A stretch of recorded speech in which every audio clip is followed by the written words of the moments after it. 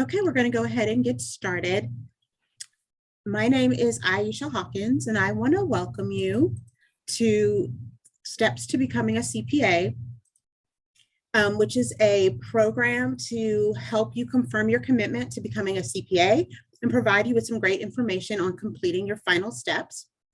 I want to tell you a little bit about the Texas Society of CPAs. It is a membership organization of CPAs, accounting and finance professionals, and those who are involved in teaching accounting and finance for the purpose of becoming a CPA licensed professional. We have over 27,000 members across 20 chapters to provide resources for current CPAs and future CPAs. We're excited to share all this information with you about becoming a licensed CPA in the state of Texas. Today, you'll have an opportunity to meet some young professionals on our panel, and we want to let you know that we are super committed to helping you along the journey from student all the way through licensed professional. Today, we'll also have some fun, so we'll have some prizes. There'll be a quiz where you can win some Amazon gift cards. So we hope that you have fun and have a lot of useful information. And to kick us off, we'll go ahead and do a name prize drawing right now.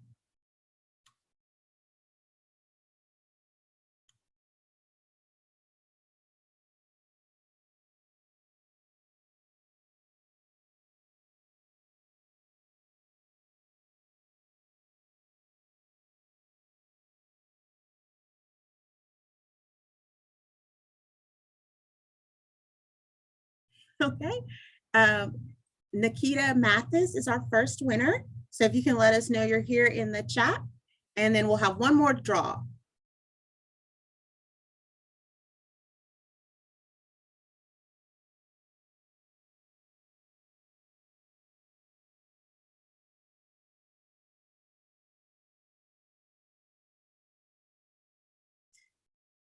And please forgive me if I don't pronounce this correctly.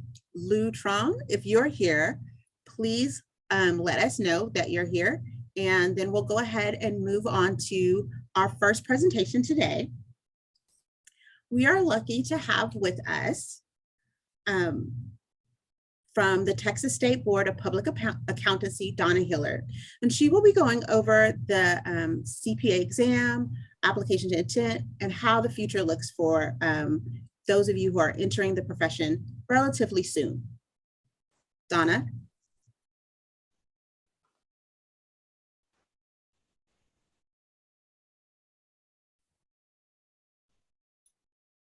There, now can you hear me? Thank you so much for the invitation to speak to these students. It's a wonderful opportunity, and I'm looking forward to adding new people to the Texas CPA registry, and we need to have more people in the program.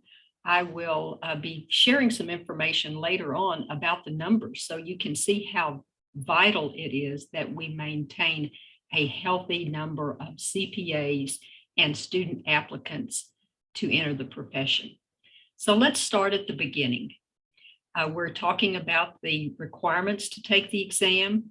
We'll look at some applications, whatever financial assistance may be available to you, the exam itself and the future exam, licensure requirements, and general information about the profession.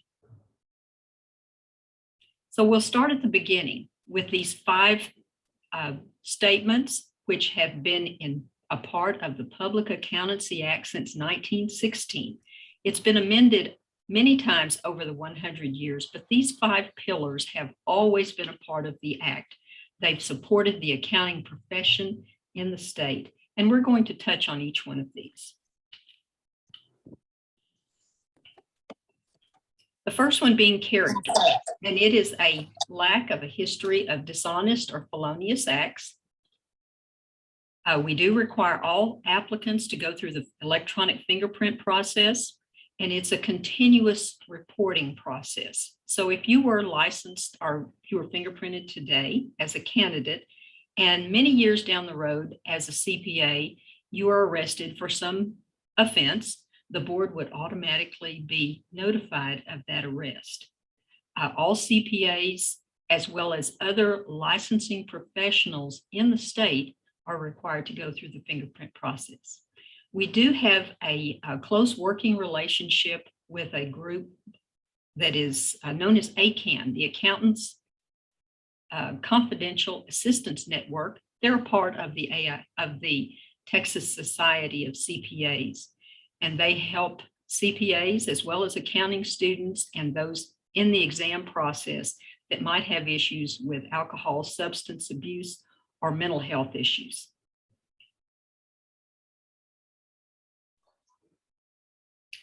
The second pillar is education. The board requires, or the act requires, that everyone who takes the exam has at least a bachelor's degree from a board recognized educational institution, 150 hours of college credit, 30 semester hours of upper level accounting, 24 hours of upper level business courses, and a 3 semester hour ethics course. When the pandemic hit, we had in place that 15 of those accounting hours had to be in face-to-face courses. That requirement was removed, and so all of your accounting may be taken online, in the classroom, as hybrid, or a combination of those modalities for taking the test.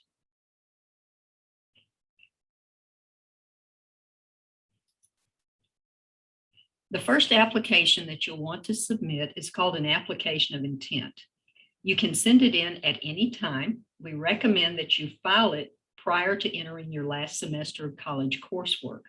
This allows the staff an opportunity to evaluate your education and advise you of any deficiencies. The evaluation of the AOI, or application of intent, may take 2 to 4 weeks, depending on the volume of applications that we have in the office. With the application, you'll need to include a copy of your Social Security card, your driver's license or passport, a recent passport type photo of yourself, and official transcripts from each of the colleges and universities that you've attended. The board does accept electronic transcripts if they're sent from your university or school to the board. There's a fee of $20 associated with the application of intent. However, if you're a veteran, that fee is waived. You will receive communications from the board by email. Make sure that you keep your email address up to date so that you'll get that timely information. This application also affords you an opportunity to apply for the board's 5th year accounting student scholarship. The 5th year scholarship is funded by Texas CPAs. For the 2021-2022 fiscal year, the board allocated $1 million to fund the scholarship. So if you're attending a participating university and you're looking for financial assistance to complete your final year of education, you'll need to meet some minimum education requirements, and then you can submit a scholarship application to the accounting department at your college or university. The application and more information is available on the website under the scholarship tab. There are numerous organizations that offer accounting student scholarship opportunities. And we understand the high cost of college education and urge you to check with the financial aid office at your university about available funds. You'll also want to check out the AICPA and the Texas Society of CPAs, as well as their local chapters, because there are scholarships available through those organizations as well. Once your application of intent is approved, you'll be sent an email that lists the next steps to begin taking the exam. You'll want to file an online eligibility application, which will take you 5 to 10 minutes, and you'll select the section of the exam you want to take. There's a fee of $15 associated with the eligibility application. If you were to submit that application today, We would receive it in the board's office tomorrow or Monday and approve that day. You will have 90 days of eligibility that would begin on the approval date. This is important because you'll need to make sure you have time to prepare for the exam, to pay the exam fee to NASBA, which is $226.15, and schedule with Prometric. Also, you'll want to keep your employer informed of your CPA exam schedule.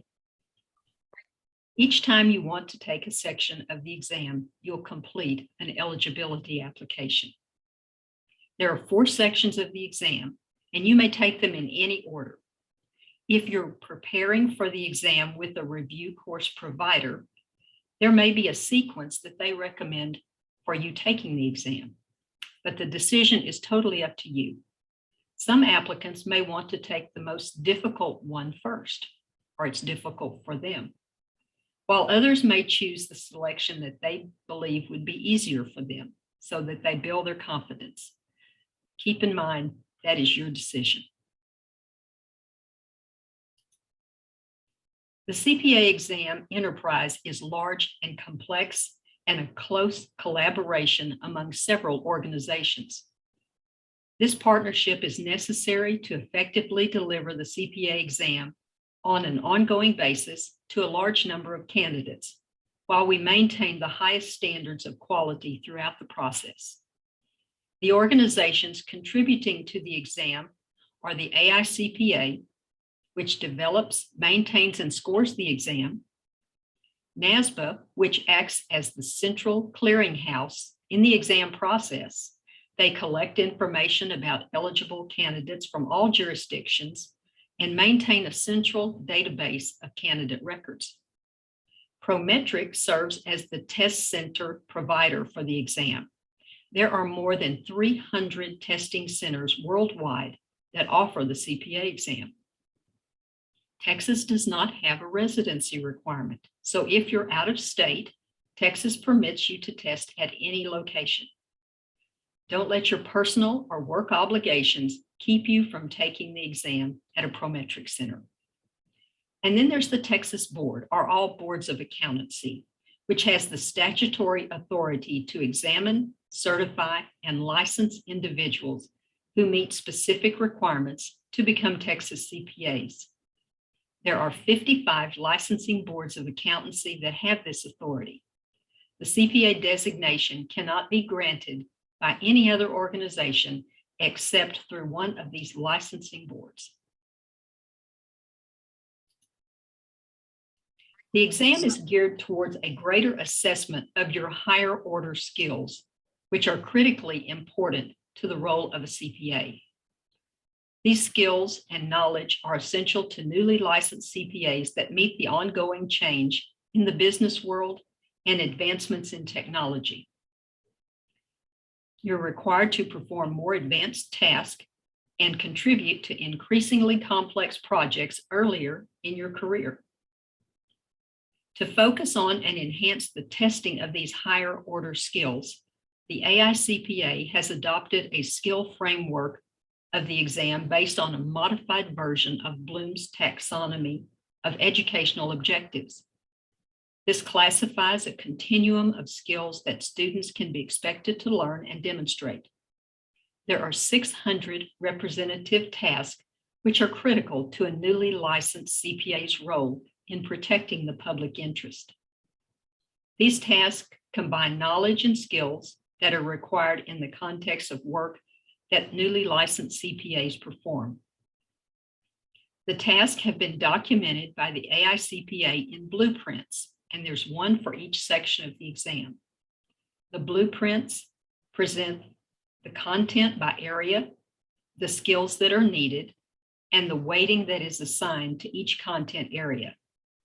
The actual tasks that may be included in the exam sections are also provided along with reference material, which is helpful to students as you prepare to take the exam section. The blueprints are available on the AICPA's website and free of charge. There are 4 sections of the exam: audit, FAR, Reg, and BEC. Each section is 4 hours long. The exam may be taken in any order and as many times as you would like. With year-round testing, it's possible that you could take a section 2 or 3 times in a quarter. Year-round testing is helpful with the mental retention of information so that your study time is more manageable. From the day that you pass one section of the exam, you will have 18 months to pass the remaining 3 sections. If you're unsuccessful in passing all sections in that 18-month period, the first credit you earn will be removed and you'll need to retake that section. A score of 75 or higher is required to pass a section of the test. Each section is comprised of 5 testlets, and you'll have an opportunity to take a 15-minute off the clock break about midpoint of the exam.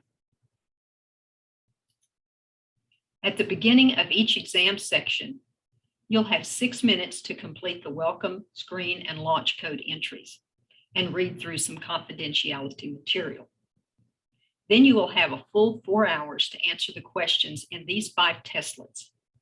Testlets are essentially smaller tests that contain multiple choice questions, task-based simulations, or in the BEC section, it will contain written communications. The testlets must be answered in sequential order. Within each testlet, you may review the questions, answer the ones you know, flag the ones you're not sure about, and review any question within that testlet. But once you submit your response and leave the testlet, you may not return to those questions. You'll have an opportunity to take a break in between testlets. However, the clock will continue to run. The red bar in the middle represents the 15-minute standardized break that's offered to candidates after they complete the 3rd testlet. Following the 5th testlet, the very last one, you'll have 5 minutes to complete a survey. To review the structure in greater detail, there is a copy of the exam structure guide on the AICPA's website. This will show you exactly how many multiple choice questions, task-based simulations, and written communication tasks are found in each of those sections. The AICPA has also developed sample tests that will help prepare you for the exam. These sample tests are shorter online versions of the real exam that you'll experience in the Prometric Test Center. They let you familiarize yourself with the exam format and screens, as well as practice with the functionality and the screen flow before you go in to take your test. There's one sample test for each exam section, and you can take up to 2 hours to work through all the questions and debrief the correct answers. Each sample will have 5 testlets, just like the real exam. You'll have 10 multiple choice questions, 6 simulations, and 3 written communications in the BEC section. The sample tests are not designed to be an indicator of your readiness to take the actual exam. However, the multiple choice items will show you the correct answer, and for the simulations, you can answer the correct answer along with an explanation and a reference back to the blueprint that we talked about earlier. Beginning January 1st, 2024, the CPA exam as we know it will cease.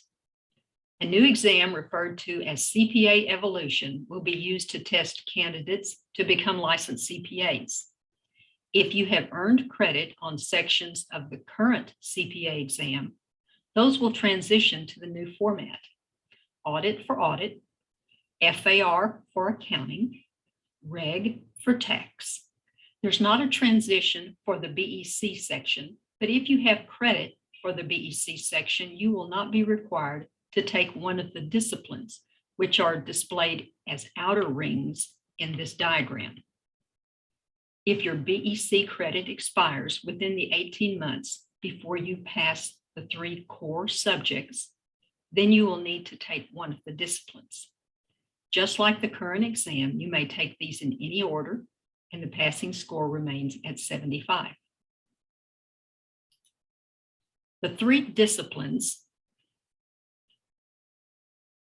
The 3 disciplines and the content for each are shown. ISC, or Information Systems and Controls. The test will include technology questions, SOX engagements, and security. In the BAR section, or Business Analysis and Reporting, that test will include data analytics, advanced technical accounting and reporting, and financial risk management. For TCP, or the Tax Compliance and Planning, you'll be tested on advanced tax compliance, personal financial planning, and advanced entity compliance. When you take one of these disciplines and it's not what you expected, you're not required to continue to test on the same discipline. You can select another one. You only need to pass one of the disciplines. To help you prepare for the new exam format, the AICPA will have a final version of the blueprints available in January 2023.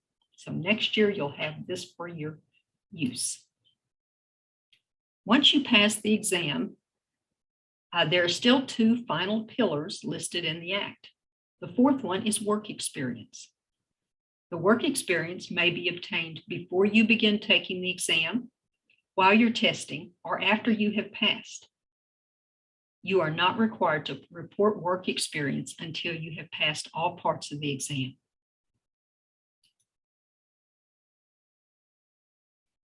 We're looking for non-routine accounting, and this is the board's definition of non-routine.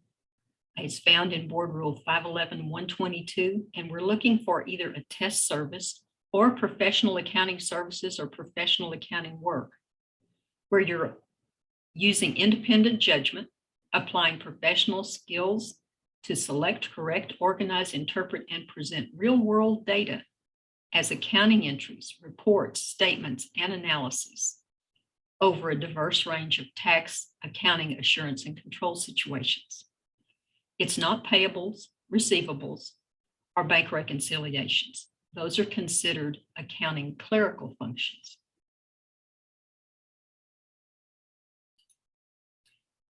The type of experience you'll need is either in the client practice of public accountancy, so a CPA firm, in an unlicensed business entity, and that may include management of financial advisory or consulting services, preparing tax returns, doing forensic accounting, or an industry practice, which could be commercial business enterprise, a nonprofit or charitable organization, at a financial institution or healthcare entity. Government practice would be in federal, state, county, city, at a law firm where you're doing tax planning, compliance and litigation, and estate planning. Or in education where you're performing internal, non-routine accounting, forensic accounting, tax returns, or internal auditing. All of your experience must be under the supervision of a CPA who is licensed and in good standing. And your work experience will need to be in one of the following areas, either in the attest services as audits, compilations, and reviews, which is set aside for that public accounting firm, or those professional accounting services where you're writing reports on financial statements, providing management, advisory, and consulting services, preparing tax returns, offering advice in tax matters, forensic accounting, or internal auditing. With your final application to become a Texas CPA, you'll submit your work experience along with detailed information about your experience that you've been performing and your supervisor's experience. With this application, you'll also submit an oath of office and take your last exam that covers the board's rules of professional conduct. This is an open book exam and a passing score is 75. That last pillar that will sustain you as a CPA throughout your professional career is ethics. The board's rules of conduct contain all the tenets on which the profession is built: independence, integrity, objectivity, professional standards, professional skepticism, trust, It is truly a radical departure from all the accounting courses you've ever taken. You may have heard the old adage, with great power comes great responsibility. And this is so true of the profession. These rules are more than ethics. They're a way of life for the professional Texas CPA. You're not required to memorize these rules. However, you should be familiar with them. In your 50+ years of being a CPA, you'll be faced with many professional dilemmas and questions. And these rules should be your first point of reference to answer those questions. So now, why should you be a CPA, and why should you be a CPA in Texas? Well, here's the numbers I promised. As of January of this year, Texas has 77,574 active CPAs. There are over 54,000 that reside inside the state of Texas. 23,000 are in public practice, and 31,000 are in non-public practice. This is the key thing to take away. Retirement age of 60 or higher. So those CPAs who are 60 or older, there are 14,850. So 27% of the CPAs who live in Texas are over the age of 60, and they may be looking for a beach house somewhere. Salaries. While I have national data that Robert Half has provided, keep in mind that the salaries are probably a lot higher than this in Texas. So if you're in public accounting as a first-year hire doing tax work, the salary range is $41,000 to $60,000. When you're a senior, $63,000 to $88,000. If you're doing audit or assurance work, that first year, $41,000 to $58,000. With a senior, $55,000 to $79,000. And in corporate accounting, a budget analyst, just beginning, $44,000 to $64,000, and a senior, $71,000 to $100,000. Tax accountants in corporate accounting, first year, $46,000 to $66,000, and that senior from $76,000 to $109,000. So here's the why Texas. Based on an AP survey from May of 2021, over 500,000 people moved to Texas from other states. 200,000 moved to Texas from other countries. They're moving here because we have great jobs, a low cost of living, reasonable home prices, low taxes, many recreation and outdoor opportunities. It's a family-friendly state.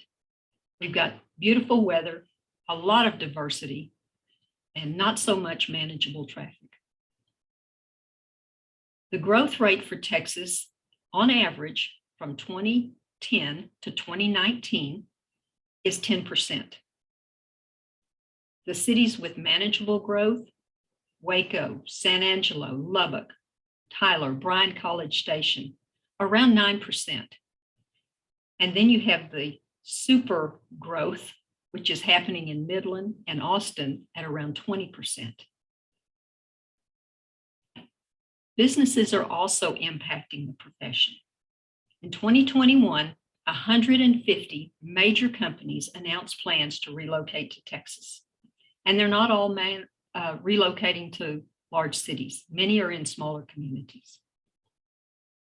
Robert Allen, who's the president and CEO of the Texas Economic Development Corporation, said a lot of these companies are moving from California to Texas.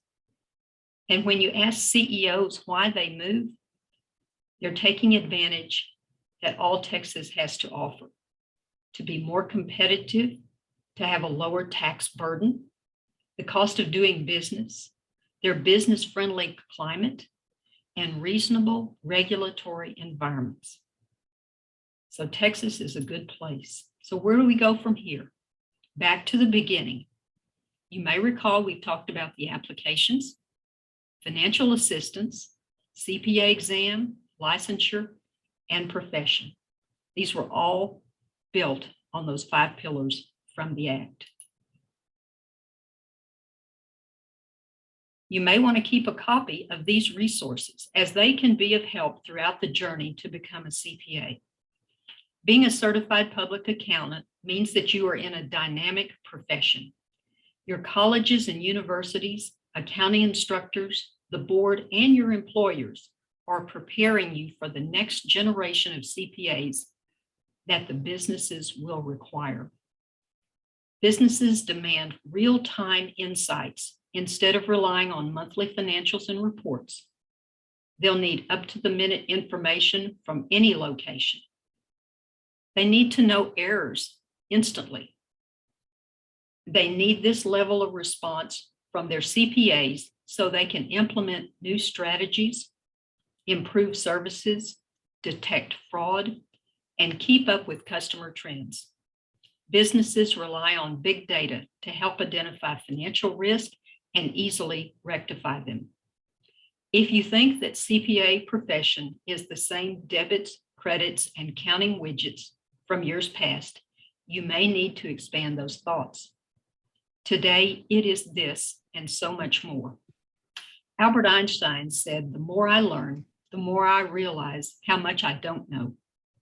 This is so true of the profession and business in general. As new businesses develop and new ways of paying for services come online, the accounting profession must stay abreast of the business and government requirements.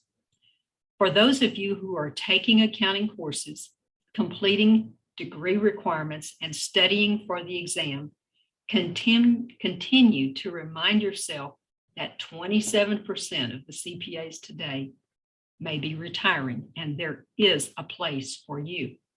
You are also very marketable because you are more technologically savvy than those retirees. For those of you who are still weighing your options about the CPA profession, we recommend that you give it a try. You may have a needed skill and that entrepreneurial spirit that businesses are looking for. There is much that you can offer as well as receive by becoming a CPA. You probably have observed or discussed corrections in business and economies, such as downturns in real estate, banking, oil and gas, and technology. People who are employed in these areas are impacted. The ones that have CPA designation in their back pocket will thrive during those lean periods. So think of the CPA designation as a sustainer or an insurance policy for you and your family. Please feel free to contact me or a member of the qualifications team at the board, and we'll be glad to help you through the process of taking the exam and becoming a Texas CPA. And I thank you very much. Hi, Donna.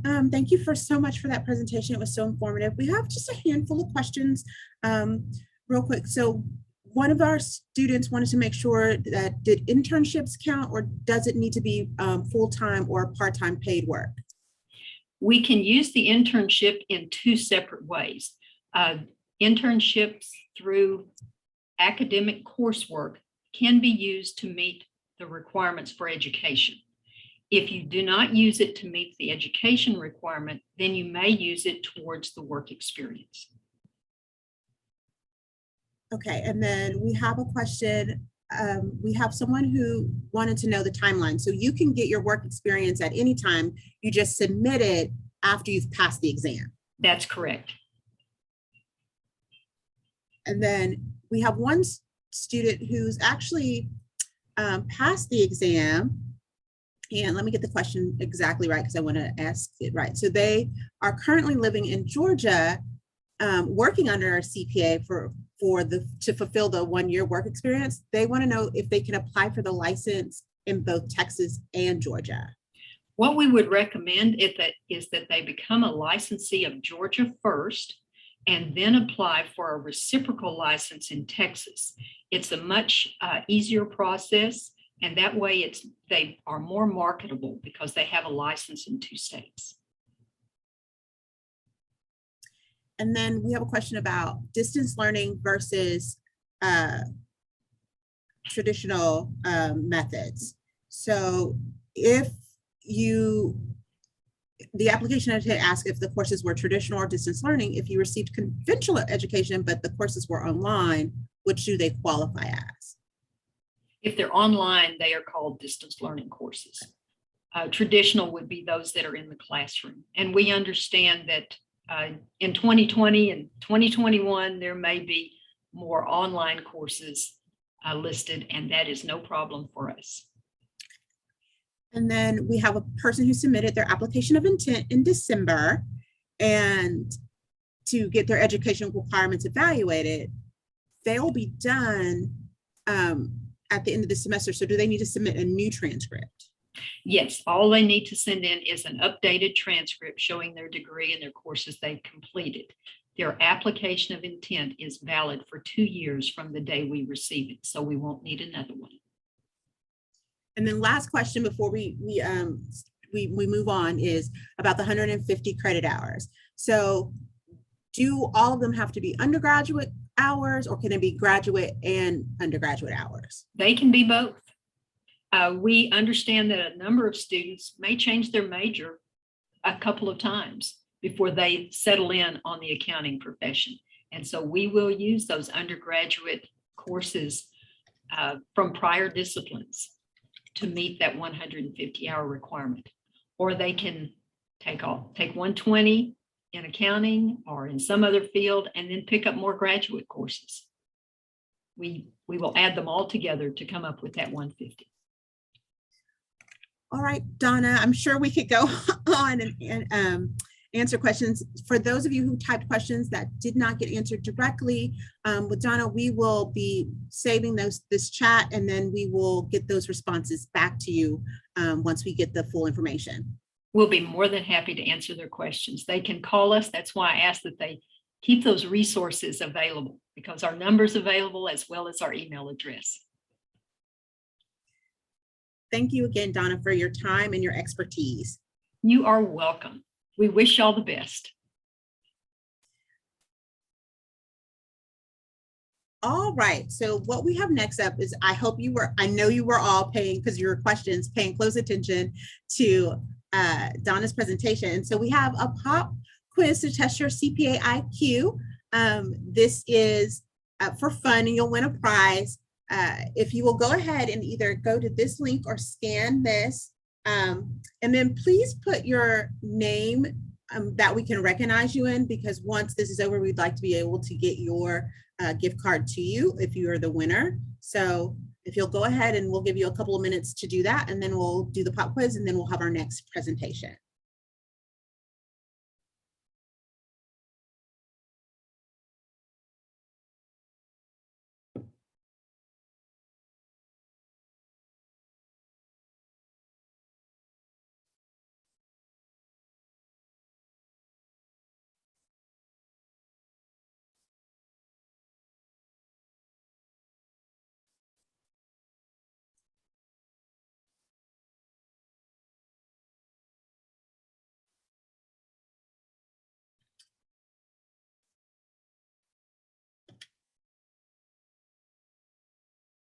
The link is also in the chat.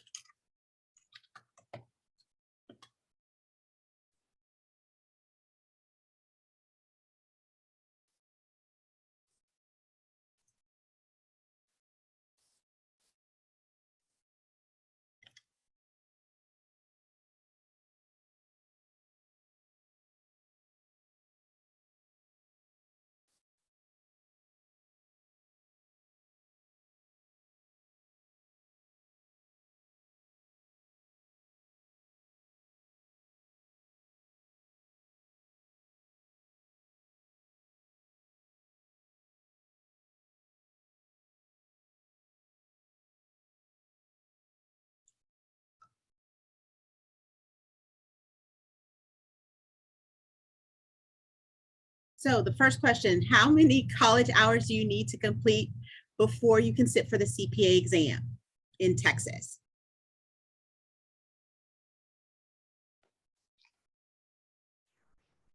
You should, did you go to the link? You needed to be in the link so you could play to the game. The link tells us your host will activate the question. Love The technology. link says your host will activate the question. On the app on the phone, and I cannot click on it. I can see the answers, but I cannot click on any of them. Okay, hold on 1 second. I believe it works now because now I was able to press Yeah, I was able to do it now succeeded. too. It works now. It should work now. Yes, it does.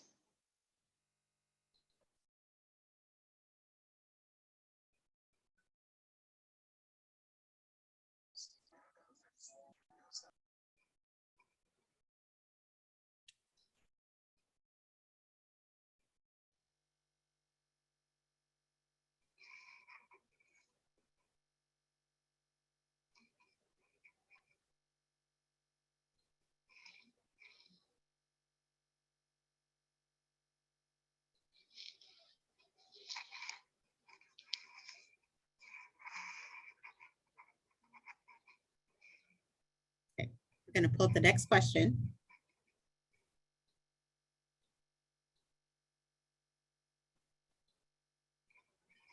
When does the application of intent expire if you have not taken any part of the exam?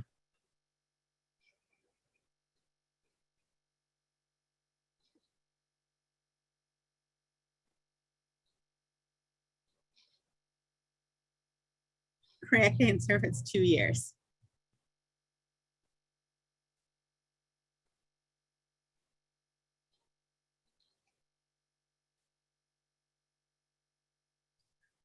What is a passing score for a section of the CPA exam?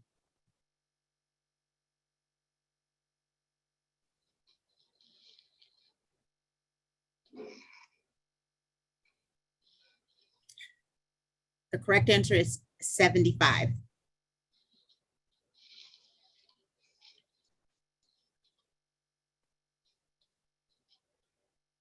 How many sections does the CPA exam have?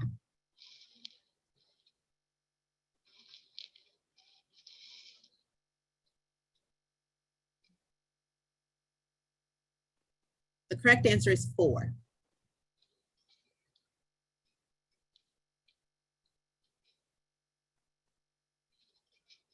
How long do you have to take and pass all sections of the CPA exam from the time you pass the first section?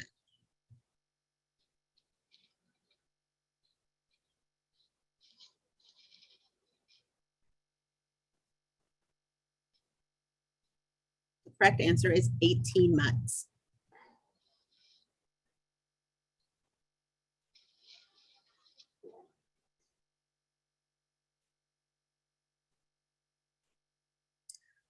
How much full-time work experience under the supervision of a CPA is required before you can be a licensed CPA? Full-time work experience.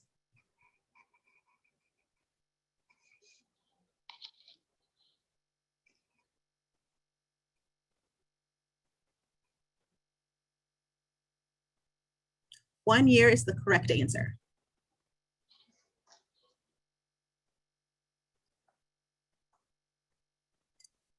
When is the new CPA exam expected to roll out?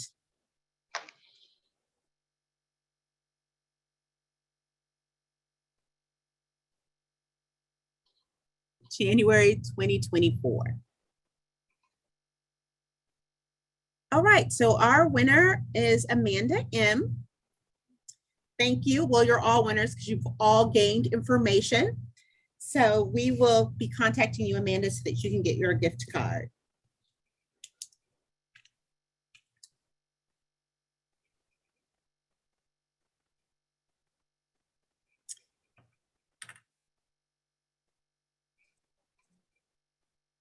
Up next, we have Brian Morgan Jr., who's a CPA with PricewaterhouseCoopers, one of the Big Four. And he will be telling you he will be telling you what you need to do or how to prep to pass the exam. Can y'all hear me? Yes. All able to hear me? Yes. Okay, cool. Fantastic. Well, welcome everyone. Like Aisha said, my name is Brian Morgan. I'm a CPA, Texas CPA with PricewaterhouseCoopers. Been with them for about 5.5 years now. Spent my whole time in Austin. Currently, I sit in San Antonio, but still based out of the Austin office. Let me adjust my camera here just a little bit.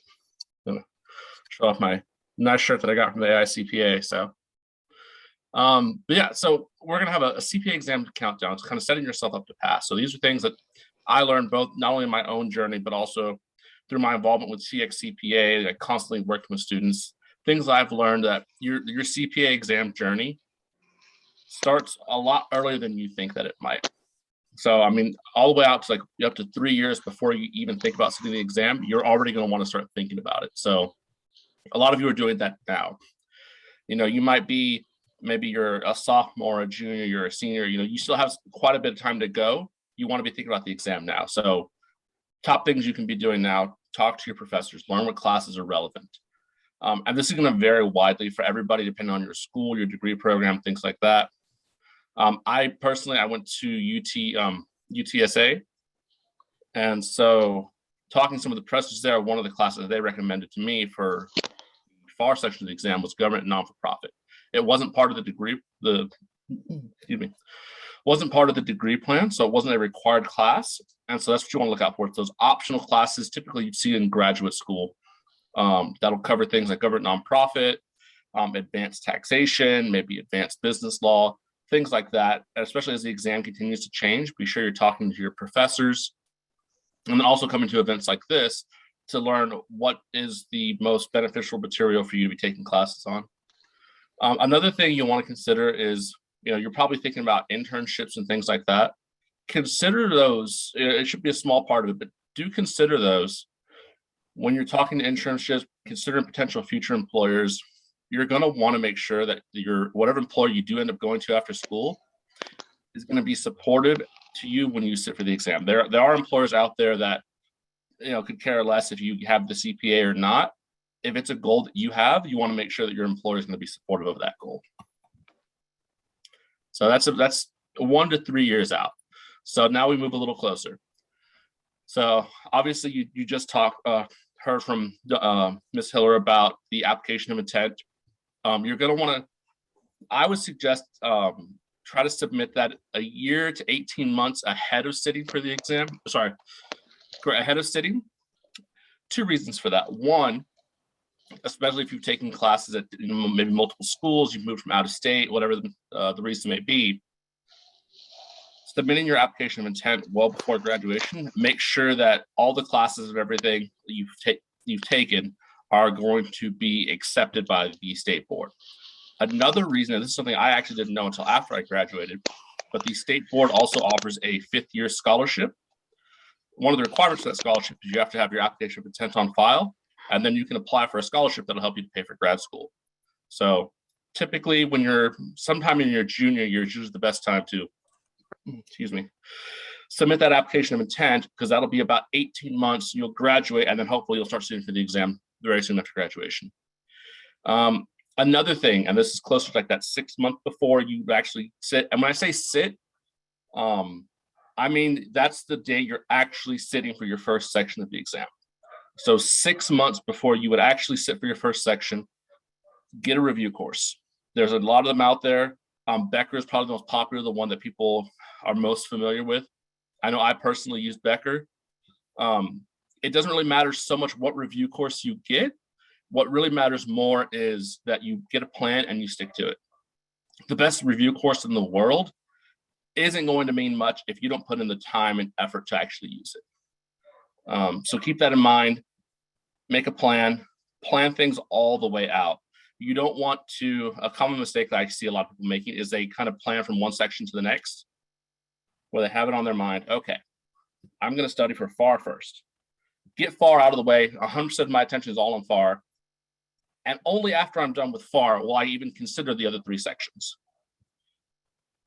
The problem with that kind of line of thinking is you end up leaving yourself blind until kind of the last minute. And so you realize, okay, well, I finished FAR. Let's say you sat for it the middle of December. And now you think, okay, well, I'm going to jump right into reg now. Well, if it's the middle of December, you have the holidays coming up. You have Christmas, you have New Year, things like that. Maybe the start of one semester going into another. It's very, very difficult to just suddenly try to jump into the next section if you don't have it planned out. So I tell people, plan out all 4 sections at once. Get a calendar together and say, okay, if I'm going to sit for FAR on this date, I'll need these number of weeks before that time to study. Then I sit for the exam, and then I'll have a week or 2 to relax, recuperate, and then another, 6, 7, 8 weeks of study, however much you need, and then the next section. And if you look at it all as a whole, you can kind of plan around life, because life is going to happen. I'll get into that a little bit more later, but just realize you do not want to go from one section to the next. You really want to plan out all 4 at once to make sure you're going to meet that 18-month window. So I think we jumped forward a little bit. Can we go back 1 slide? Perfect, thank you. Should be on the 3 to 4 month slide. There we go. Okay, so now 3 to 4 months before the exam. So this is right about the time that you should really begin to start studying. Review your plan, make sure it makes sense. Maybe you set it up, a year out, and you planned it out and things have changed. Maybe you have a new job, you've moved, any number of things. Review your plan, and this is something you're going to do constantly to make sure it makes sense. Things will happen.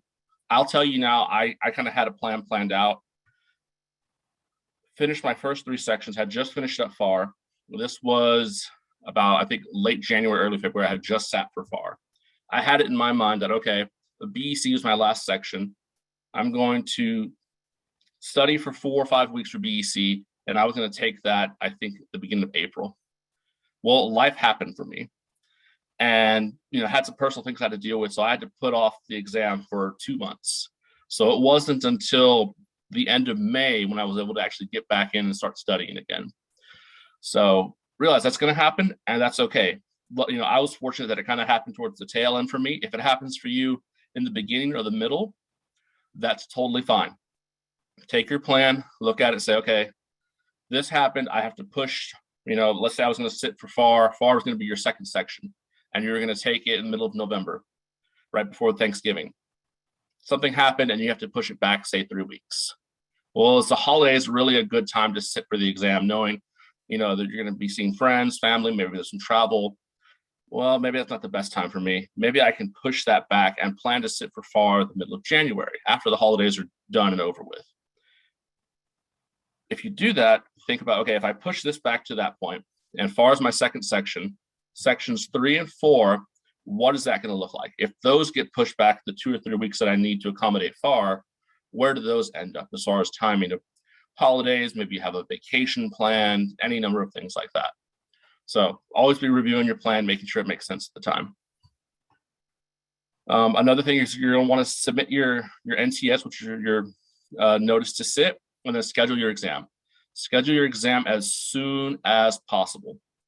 I mean, you cannot schedule it too early. Once you have everything on file and you've started studying, even if it's 8-10 weeks out, schedule it and get it saved. So that way, if you have to change it later, that's fine. But you don't want to be one of those people where, okay, I have a week to go before I'm going to lose a credit or something, and I need to take it right now, and all the testing centers within 50 miles of where you live are all booked. You don't want to find yourself in that. So you don't want to find yourself in that situation, I should say. So schedule your exam as soon as you can. You can always change it later. If you go to Prometric, they have the full details. But I believe if you move your exam, I want to say it's 30 days. I think if it's more than 30 days away, it's free of charge to move it. So if it's 2 months out and you schedule, let's say you're looking today, and today you want to schedule it to be March 30th. And 2 weeks goes by, it's almost March, and you realize, okay, March 30th isn't going to work. I need to make it maybe April 10th. you can move that for free. Past that 30-day window, I think from 30 days to 5 days out, it's like a small fee of, I want to say $30. So, you know, something, again, life is going to happen. I'll tell you that right now. Life will happen. Be ready for it. But if you're like a week out and something happens, you're like, okay, hey, personal crisis, whatever it is, I can't sit for an exam right now. It's better to pay that small fee and move it rather than just, you know, waste the full $250 or whatever it is it costs to actually sit and all that study time and everything to sit when you're not ready. And the last one, and I'll circle to the questions here in the chat right after this. Excuse me. But rally your support system. This is the number one piece of advice over anything else I'm going to go over today. Having a strong support system is key to passing this exam, period. Friends, family, people you go to church with, neighbors, coworkers, your boss, the more people you can get behind you and supporting you and understanding how important this is, the better. Because it's going to be tough. If you happen to use Becker, one of the instructors there, Peter Orlinto, says that the more miserable you are, the better you're going to do. And that's usually very true. You will be miserable. You're going to miss outings with friends. You know, if there's a family barbecue or something, you're going to have to show up late and or leave early. You know, you're not going to be able to go spring break with friends, all that stuff. You know, again, let me go back for a step. If you plan for it, you can. But generally speaking, you're going to have a lot less free time than you're normally used to while you're studying for this exam. Depending on how you plan things out, most people I find usually between 20 and 30 hours a week they're going to spend studying. Everybody's a little different as far as how they plan things out, but whatever your typical schedule is now, add 20 or 30 hours of study time to that, and the study time has to be more important than all the other stuff. So all of the fun stuff that you're used to doing, the study time's got to come first. And it can be difficult. Sometimes I know when I was studying, I would literally have to practically lock myself in the bedroom, and I would be in there for 7 or 8 hours at a time so I could have uninterrupted like study time. And my wife would literally come to the door, open the door, put food for me on the table there on a little desk, and then leave again. And, you know, it causes some tension, some frustration, but, you know, if that's what you need to pass, that's what you need to pass.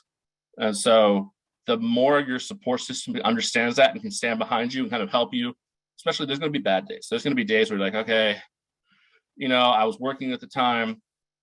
It was just month-end close. It's rough. I don't want to study. I don't want to. You need to have that support system there to say, hey, you come on, let me help you and keep up.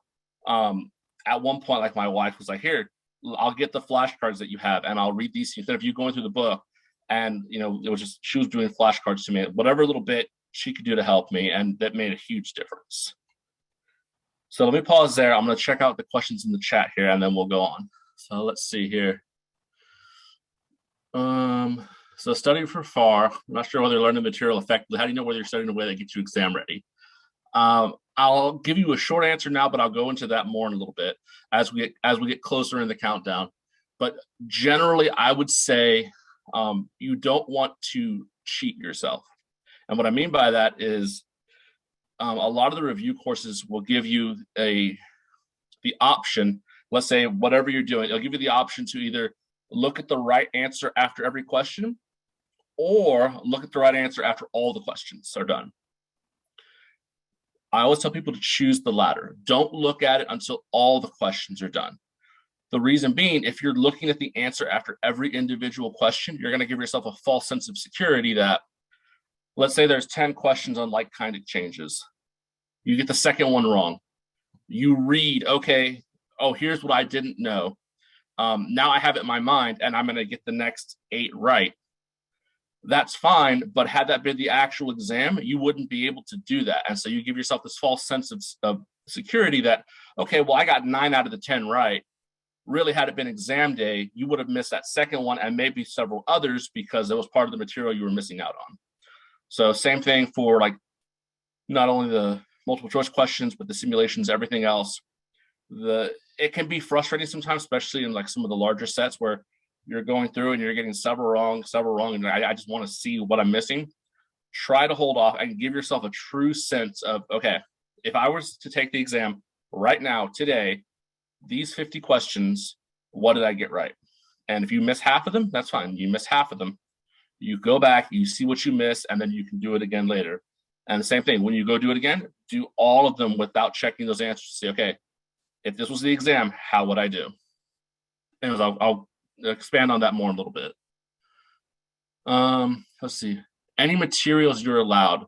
The only thing you're allowed, I believe they give you like a pen and paper. I think it's a dry erase board in most cases.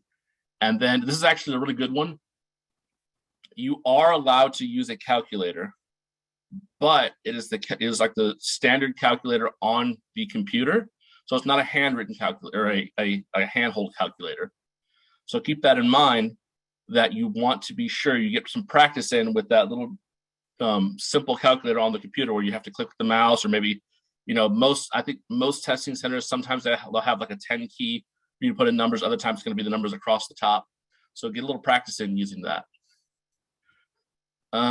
Let's see. So plan to take all 4 sections in a 3 to 4 month window next year. Once you start studying, is it advisable? Taking all 4 sections in a 3 to 4 month window, that's going to depend drastically on you. I would say if you are not working, it is possible. So I'll say for me, when I sat for the exam, I was working at Petco in their corporate office in San Antonio. I was working about, not quite full time, I was working about 32 to 35 hours a week, kind of depending. So a little less, like basically Monday through Thursday and half day Fridays was essentially what I was doing. So I was working that, and then my study plan was study 2 hours a day, Monday through Friday. So after work, I would have Friday evening to do whatever I need to, have a little free time. And then Saturdays and Sundays, I was studying 8 hours. So doing about a combined 24, 25 hours a week in study time. And it took me about 9 months to pass all 4 parts. Granted, life happened. I had planned to do it in about 7 or 8, but it took me a little bit longer. So that gives you a rough idea of about how long it will take. If you're not working, if you're a full-time CPA student and you're studying 45, 50 hours a week, and you can handle that level of study, that's another thing. Some people are good with cramming. They can go and say, I can study 80 hours in 1 week and know it and be good. I'm not that kind of person. After I get to about that 25-hour point, I'm like, okay, that's it. I'm tapped out for the week. There's only so much information I can learn in 1 week. So everybody's going to be a little different. So you really need to see how it is that you study, what you're comfortable with. It can be done. I know people that have done it where they've done, 2 sections in like a month and a half, where you study for a little bit, you take a section like at the very start of that time block, and then you study it like, a month and a week, and then you take another section. It's possible. Again, it just all depends on you and then the study plan that you're going to put together to see, is it realistic? Is it possible? Okay. So if you don't pass a section of the exam, do you get to retake it? Yes. So if you don't pass a section, you do get to retake it. So if it's your first section, so this is something to remember, that 18-month time block, that starts after you pass your first section. So if you take your first section, you don't pass, that 18-month countdown has not started. If you do pass, then you have 18 months to pass the other 3 sections. So if you pass a section, 18 months has started. 2 months later, you miss a section, that's fine. You still have the rest of the 16 months left over to pass the 3 parts that are remaining. And let me know if I need to clarify on that a bit, Chelsea. Let's see, study 23, how long would you estimate it takes someone to pass all 4 parts? I think I kind of answered that. It took me 25-ish hours a week. It took me about 9 months altogether.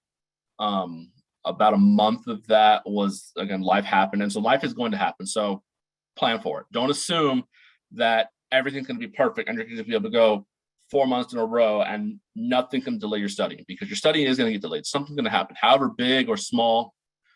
Okay, cool. That's good to know, Justin. I didn't know you could request a physical calculator. Cool. All right, I think we're going to hold off on the questions now so we can get through the rest of the presentation. So with that, if we want to jump to the next slide. So now you're 3 to 12 weeks out before sitting for that first section. And this is going to you're going to repeat this more or less for every section. Study, study, study, right? You have to study to pass the exam. That's a given.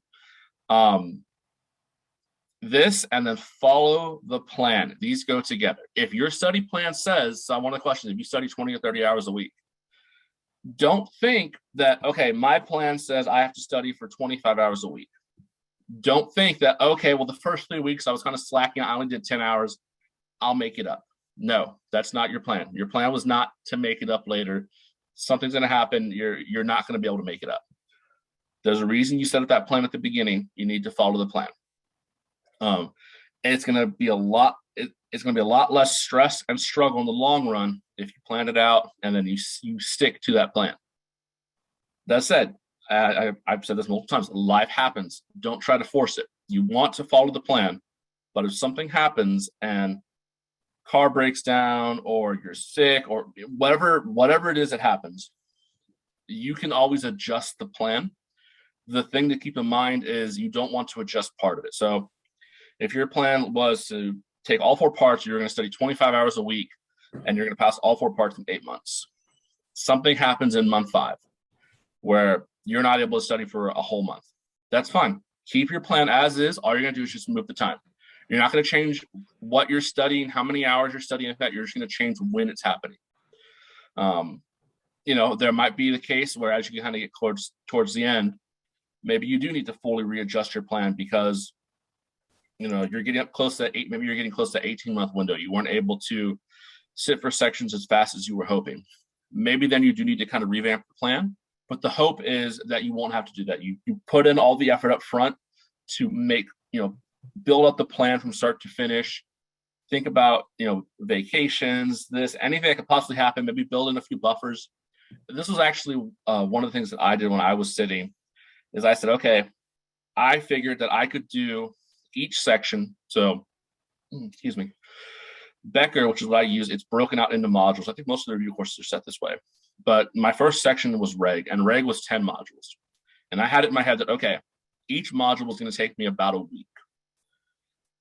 So I planned to study for reg for 12 weeks.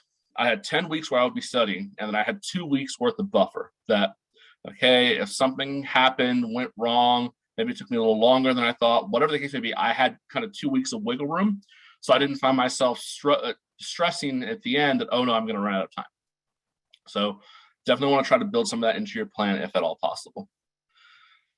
And then as you get towards the end of this 3 to 12 week block, typically, depending on the section, anywhere from 2 to 4 weeks out, you want to make sure that you've taken at least 1 practice exam.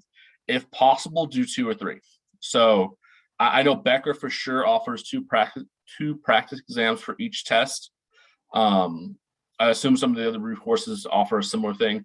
Separately, the AICPA also offers a free practice exam you can take online to really give you a sense of how well you do on the actual exam. And remember, when you take those practice exams, test conditions. Don't have your phone near you. Don't do this. Don't stop and don't look at the book. Any little thing. If you're like, oh well, I know it's like it's this. Let me just double check myself. But don't make it as real as possible, so that way you don't give yourself this false sense of security that, okay, well, I got like an 85 on my practice exam, but I peaked at a handful of questions. You don't want to do that. Or like with the sims, okay, well, I know that with the simulation, there's research questions and you have to like research the authoritative guidance. I went and did Google because it's the same thing, right? I'm still pulling from the same information. On test day, you're not going to have Google. So you need to practice using the tools that they give you on the exam. Okay. We'll go on to the next one. The AICPA, I think it's just 1 practice exam that they offer, but you can check their site to be sure. Okay, so now you're 1 to 2 weeks out. Hopefully your exam is scheduled. It's coming soon. You've done what you need to do with your personal calendar to make sure that you're going to be able to sit for it. You'll want to do a practice exam now. I'll say for myself, I did the 2 that Becker offers. I typically would do 1 about 3 weeks out, And then I would do one the week I would sit. So typically I would plan to sit for the exam either Friday or Saturday.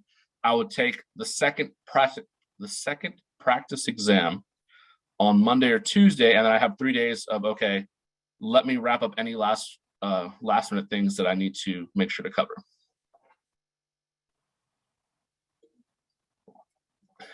Okay, so be ready to, that last week or 2 weeks, be ready to start your final review. And so what this is make sure that you're going back through and you're studying everything to make sure, especially a lot of the early stuff, right? That first 1, 2, 3 weeks, maybe it's not that's fresh in your mind. You're going to want to go back and review it and make sure you know. One trick that I tell people, and this is actually what I did, is try to do your final review along the way. And what I mean by that is, and again, I'll use the modules that Becker has. So reg was 10 modules. I would do module 1, do everything for module 1, all the homework and sims and whatnot, move on to module 2. When I was 100% done with module 2, I would do a set of multiple choice questions that had module 1 and module 2 questions. See what I did, see how well I did. Okay, I knew this, knew that, didn't know that. Go on and do module 3. Same thing. Now I'm going to do a set of multiple choice questions on modules 1, 2, and 3. And I would carry this all the way through. And by doing that, it helped me to keep those early modules fresh. Maybe I wouldn't always do as great as the later ones. And I even noticed that like in my scores for those multiple choice questions where, by the time I got to module like 9 or 10, I was getting like 60s and 70s on the like module 1, 2, and 3 stuff. And then, 70s and 80s on 4, 5, and 6, and then 80s and 90s on the most recent stuff. But the point is, by keeping it fresh, I didn't get to the very end and all of a sudden try to go back to module 1 and be like, okay, I haven't seen this material in 7, 8, 9 weeks, and I'm trying to remember it all over again. And you kind of find yourself picking up the pieces as far as, okay, well, I think this is this, I think this is that. It's better to do a little bit of that final review process throughout the way, so things stay fresh. Again, if you can retain at least 60% of those early modules all the way through to the end until that last 1 or 2 weeks when you do an intensive final review, it's going to help you a lot. Final point on this, that support system, leverage them. Make sure everybody knows, hey, I have an exam coming up. I need you as my support system to do anything and everything you can to make sure that I'm free from any kind of distractions. So if you're at the house, don't have any parties at the house, don't plan it for me to go out, to dinner on the weekend. I have to focus on the exam. You need to help me get there. Any little things that, especially that last 1 to 2 weeks, your time is going to be super valuable. I know I mentioned like my wife bringing food up to me in my room. Any little thing you can do with that, maybe your brother can go pick up groceries for you, or your mom can, help you to go, hey, here, mom, here's money. Can you go pay this bill for me?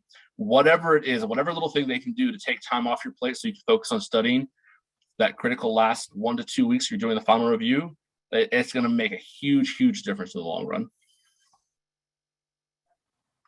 Okay, so now we're almost there. 1 to 2 days before the exam. It's so close.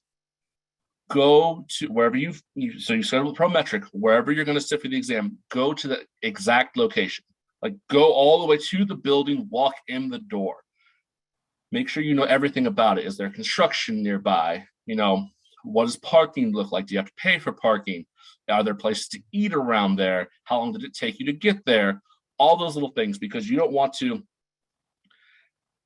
try to go there on test day and there's construction, or parking lot is full, you have to go find somewhere else to park. All those little things. And also keep in mind, travel there whatever time you have your exam set for. Make sure to travel there at that same time. So if you're taking a morning exam, travel to the test center in the morning, 2 days before. If it's an evening exam or early afternoon, travel there in the afternoon. See, again, similar to like what I was saying with the questions, where you want to replicate as close to actual exam day as possible as far as like not looking at the answers. Same thing with the actual testing site. If you were going to take the exam that day, what is it going to look like? And that's going to make sure that, you don't, okay, well, maybe I'm taking exams and, I know that place really, really well. I don't need to go check it beforehand. I know there was actually had to take my dog to a vet a while back, and it was a different vet that I normally go to. Well, it was weird. They were like kind of in the corner of the shopping center where you have to go almost to the corner, and then it's kind of like a little alley that you go through, and then the door is like kind of like almost on the back side of the building. And it took me like several minutes to find it. And you don't want to be like that at test day. Test day, you don't want to give yourself any reason to stress at all. And I know I mentioned like places to eat here. I chose, this is what worked for me. I'm not an early person at all. I'm more of a late person. So I would schedule my tests as late into the day as possible, like, 3, 4 in the afternoon.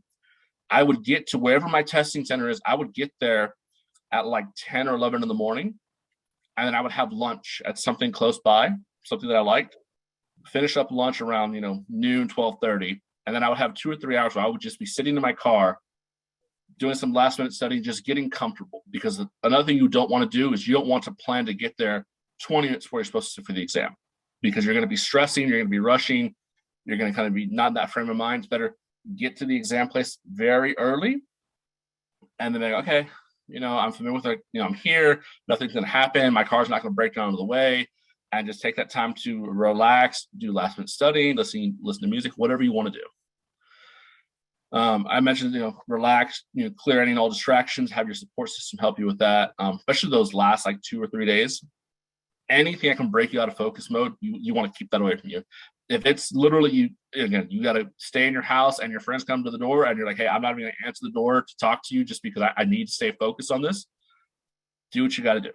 Do what you got to do to make sure you're gonna pass this exam. Okay, so now the day of, have your documents ready. Know exactly what Prometric wants as far as like ID and all that. Have it ready. I mentioned get there early, plenty of time. Know what you're in for. Like review the guidance the ASCPA and Prometric gives you as far as not just the ID, but they'll say, okay, well, here's how many breaks you're given, and you have to wear this kind of shoes, or like we're gonna do this. Check all that stuff so that way nothing comes as a surprise to you the day of, and then make sure you manage your time wisely. When you're actually there sitting for the exam, if there's a hard question, you're like, I can't, I'm trying to figure it out. I tell people 20 seconds, on the Sims is different, but the multiple choice, if you don't know it in the first 15 to 20 seconds, flag it and skip it and come back to it later. Because you want to get all the questions you do know off the top of your head, get those out of the way first, what you're confident in.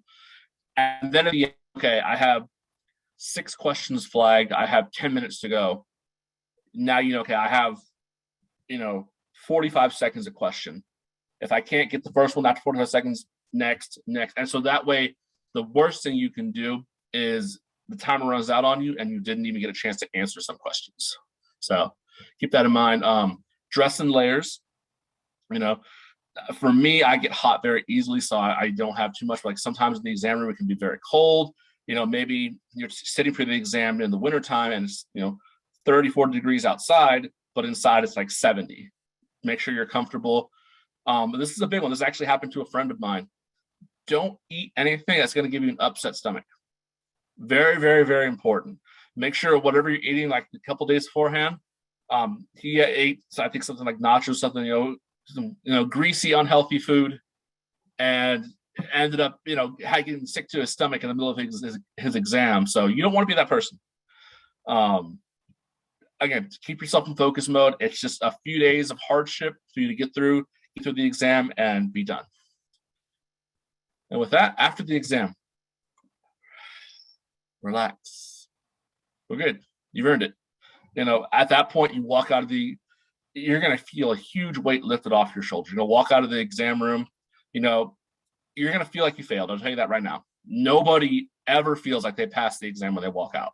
It's just a given. Nobody, you might feel, okay, I think I did decent. I probably got like a 60 or something. And then you get your scores, you got like an 85 or a 90. So relax, don't worry about it. Your scores, you'll get them when you get them. I know me personally, I was so scared that I failed my first section that it was reg. And after that I had scheduled audit. So I did not look at my reg score for 2 months until after I sat for my audit section. And then I walked out of the audit section and immediately looked at my reg score to say, okay, because in my mind, I didn't want to get a failing score that first time. And then kind of have that, get me sad and kind of wreck my nerves for the second section. Walked out of the first exam, or the audit exam, checked my reg score, I had a 92. There was no worries in all the world, but that's not how I felt. And so keep that in mind. You might feel like you failed, you might not, you probably didn't, you probably passed it very, very well. It's just, again, it's a difficult exam for a reason.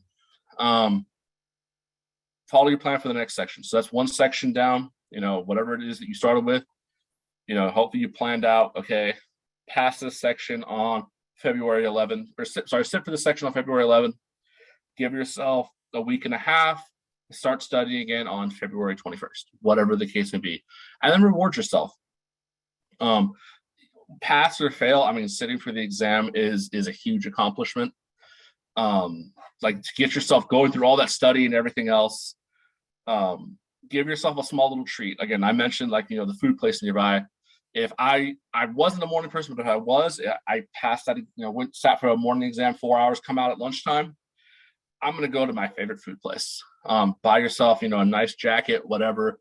Don't go too big. I'll say this, save yourself a really big treat for when you pass all 4 parts, but each section, pass or fail after you sit for it, give yourself something nice to reward yourself. And with that, Aisha, how much time do we have to answer some more of these questions that came through? Well, we've actually are out of time for questions because we've got our young professional CPA panel on there. And if we have time with those questions, they may be able to answer. And we will collect these questions and send them to you, and you can get us the answers and we'll give them back to everyone. There will be all of this information will be posted online with the responses to questions that were not answered in the video. But thank you so much, Ryan. You are just a wealth of information. That went so well. And I want to thank you for your time and giving back to our students and our candidates. They are so engaged right now with you and your information. So you did such a great job. Thank you so much for your time. Awesome. I'm glad to hear it. And then I posted my LinkedIn profile in the chat. So feel free to connect with me on there and send me any questions you have. I'll be more than happy to answer them.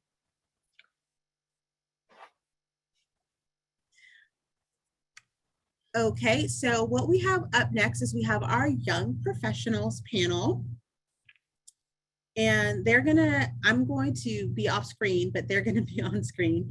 We're going to ask them some questions that we prepared, but please have questions for them in the chat about what it's like being a young professional CPA, their work experience, getting established. So whatever questions you have about real world work experience, please ask them. So today we have, and they're all CPAs. So today we have Justin, Tanya, Philip, and Josh who will be speaking.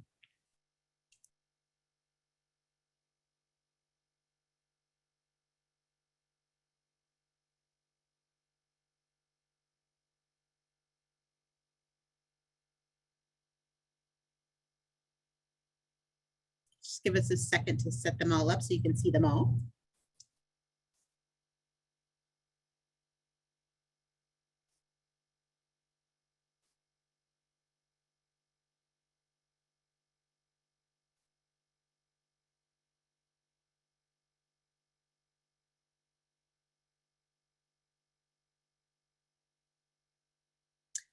Okay, so I'll go ahead and have each of the panelists to go ahead and introduce themselves and tell us your name, your title, your employer, and where you went to school. I guess I'll start since I'm first on the picture list. Hey, everybody, I'm Justin Jeverick. I am a financial analyst, senior financial analyst at Panasonic iPro. I work in analysis and reporting. And my school of attendance was A&M Corpus. So I'm currently not in Corpus anymore. I ended up locating up to Houston after school. Yeah.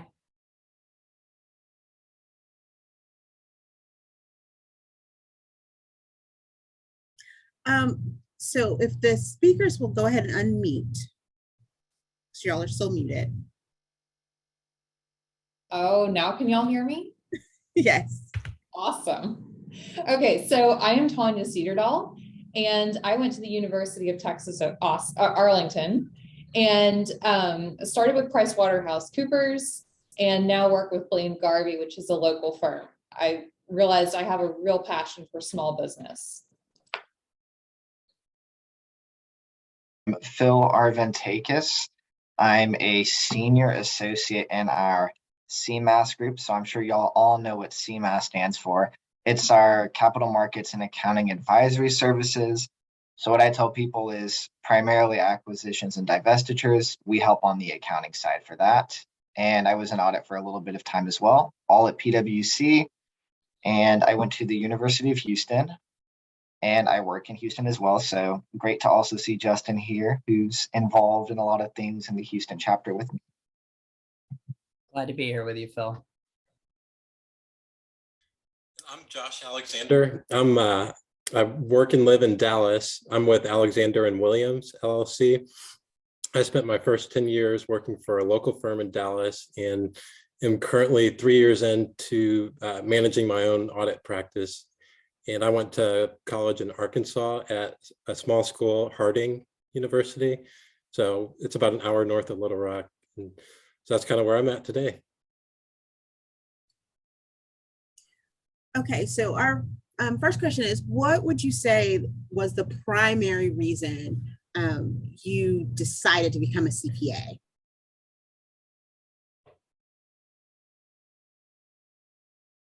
I guess, should we do this one by one, or? Yeah, that would probably, yeah. So we can start with you, Justin. Sure.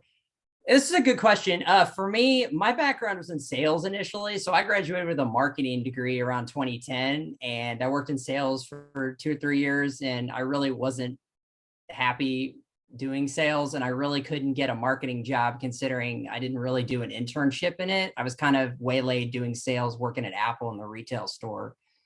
So I just never really found my footing with anything. I mean, I worked at Google doing sales for about a year. So, good companies, just, I didn't really like sales. And I toyed with the idea of changing my major to accounting in college because my cost accounting professor was like, "You're getting an A in this class. Why are you not an accounting major?" And I liked the classes, and I didn't really struggle with accounting. I thought they were interesting, and everybody was like, "Oh no, accounting, people get C's in that class. Like, what's wrong with you?"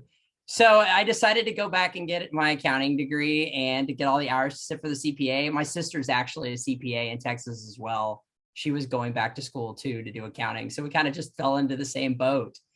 And I don't know, I mean, like, being a CPA is, it's an astute profession. Like, I like having the credential. I enjoy my job. And I mean, like, I hold it in high regard. I mean, a lot of people stop and they say, "Oh, you're a CPA? Wow. Can you answer tax questions for me?" And I'm like, I don't work in tax, but I mean, I can try to assist you. Don't quote me on like knowing everything about it. But yeah, I mean, I enjoy the profession. So I really wanted to go. And to me, like, one of my great professors who is a teacher at A&M Corpus at the time, Dr. Schroff, who's a PhD and also a CPA, and she works as a teacher, University of Houston downtown. She always said, which resonated to me with my first semester back in school, was, "You're not a real accountant without that license. Like, you cannot hold yourself out to be an accountant. You can be it in title, but you cannot say to anybody truly that you're an accountant because you haven't passed the proficiency to protect the public trust." So, I mean, that's where I draw the line differential. Are you an accountant or are you working in accounting? So that's why I decided to go for my license. I'll go next. I kind of fell into the profession. I mean, I realized I really had a passion for business, and the accounting degree just seemed to make the most sense. My dad is also an accountant, so yes, that had an influence. And my dad, though, did not pursue his CPA license. And the thing that he told my sister and I growing up over and over and over again, he said, "Don't even consider yourself done with this program. If you choose to go into accounting," he said, "you have to get your CPA license. Don't stop without it." And that advice really resonated with me because your options in this field exponentially increase when you have that license behind your name. And similar comments as everyone else. I don't have immediate family who is a CPA, so somehow I ended up in this role and position. But most immediately, I got the CPA, or I pursued my CPA because I knew I wanted to work in public accounting at the time and it was required. But for y'all and everyone who might not go into public, it was also important to me for that distinction and accreditation, like Justin said. I mean, I'm sure you all have seen the graphs of how over your lifetime earnings, et cetera, are higher if you have that CPA credential versus not having that credential. And in addition to that, one, it's important to you, but to others, it's important as well. Like, I mean, I can't tell you how many different job postings where it'll say like CPA required or CPA preferred. And even if you can get in there and if you didn't have your CPA license, get in there and wow them, it just makes your life a lot easier having that credential and fewer hoops to jump through. And those are the main things for me. I'll pass it to Josh. Definitely similar to several of the others. So I don't think I even knew what an accountant did going into college other than taxes. And so the struggle is definitely real. Whoever, I think it was Justin, where people just immediately think that because you're a CPA, you can do their taxes, or that's not me. So I have to educate people and let them know that there are a lot of different things that a CPA does. It's not just all tax. So so with that being said, kind of fell into accounting. And then for me, when I chose the accounting route, there was really never any doubt in my mind that I would go and get my CPA. I'm very ambitious. So I think on one hand, that showing the commitment to excellence was something that was really important to me. And, I think as Justin mentioned too, just being taken seriously in the accounting and business world. I've met a lot of smart people that aren't CPAs, that are accountants that have never obtained that designation. But what I've noticed in my short career is that, people just take the CPA very seriously, and anybody that has a designation. So I would say that was pretty important to me. And Josh, you can answer this first since you're already speaking, but we have a question that's similar to one of the original questions pre-provided, but it's for those of you who were working, how did you balance working and studying for the exam? Yeah, good question. So for me, especially during the busy season months, it is a lot. But for me, I just saw it as an opportunity. I knew probably for the better part of a year and a half, life was just going to be a bit challenging, but it was important to me to knock out the exam as quickly as possible rather than, kind of do it over the course of, 5 years or so. That wasn't anything that interested me. And so I'm a night person.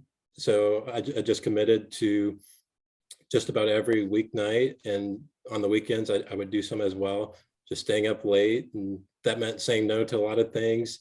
But I don't look back and regret saying no to, catching a movie with friends or doing this and that. I'm very happy with the path I took. And so, yeah, I guess in summary, just a lot of late nights, and just, I think Brian or somebody else mentioned just, that focus and dedication and kind of seeing the light at the end of the tunnel, and making sure along the way, of course, that you, make a point to reward yourself. Yeah, I was similar. You got to find what works for you, but I am also a night person. So I would stay late at my office and just study in the office because I found that I was more focused there. And I didn't really plan. I tried pretty hard not to plan too many social events. I really didn't plan very many at all. I picked up hobbies after I passed the exam. That's your reward. You can, when you finish the exams, you go, oh my goodness, I have all this spare time, and now you have time for hobbies and whatever else you want to do. But yeah, I mean, for that block of time, I knew I wanted to pass my exams within a year. I think it was within a year of graduation, and I just stayed focused. Now I did realize, like, during busy season, especially because I'm in tax, realistically, there's really not a lot of time to study during that block of time. So as soon as the busy season would end, though, I would essentially just kind of keep those hours, but transfer that time to study. I can go next on that since it looks like we're on that question. So I took the majority of my exam. Well, I finished all my exams before starting full time. So I will try to give some feedback or some things that helped me that are still applicable if you're working. It's really, I'd say, planning up front. Like, you need time management, you need to block your calendar off, but know what works for you and then plan ahead. So what I did is I knew my goal was to get them done in the summer before I started.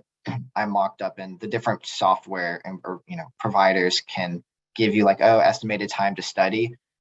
And you want to treat it like a job to an extent, right? Like how many hours you think you're going to be able to work a week, etc. Plan that out and have like a contingency plan in place. Like, let's say you have to be out of town or something, or something you think something might come up. How are you going to pivot and make that work with your plan to get it done by X date?